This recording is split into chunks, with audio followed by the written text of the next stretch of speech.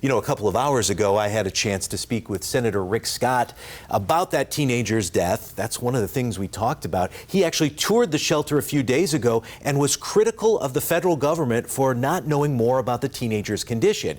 Now that we know the teen did not tell anyone he had epilepsy, I asked the senator if he has changed his mind. The facts are a relative of that young man did tell the shelter that he was epileptic. All right. We still to this day don't know where the medicine is. We don't know if he had his medicine. There was no evidence. We do know that the staff at the shelter did not read and know that this child was epileptic. So what we do know is they knew it. They didn't read it. He died. So I think that our federal government has to look at the the unfortunate results of what they're doing. The federal government, the Biden administration, has decided to have a completely open border. As a result, we have migrant children being shipped all over the United States, 85,000 of these children. We have no idea where they are now. And now we've lost two children. We lost a child back in March, and we lost this child now in the Tampa Bay area. So I think it's incumbent upon the Biden administration to tell us exactly what happens and be very transparent. I was very disappointed when I went to the shelter on Saturday that they wouldn't tell me what had happened to this young child. So they wouldn't tell me anything, and I don't think that's right. I think they need to be transparent. They knew it. They didn't review the file. The child died.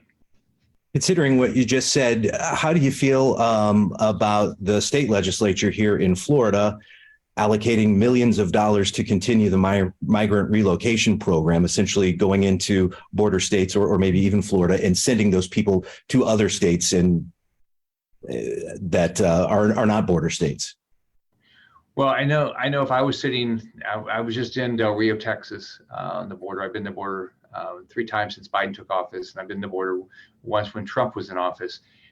If you look at those communities, they're being inundated with individuals, and it's devastating. There's thousands of people coming across on a daily basis, and like Del Rio, I think they were telling me I was there, it's something like 47,000 people, and in that area, it's thousands of people come across every day. You can't. I mean, I don't know how you can.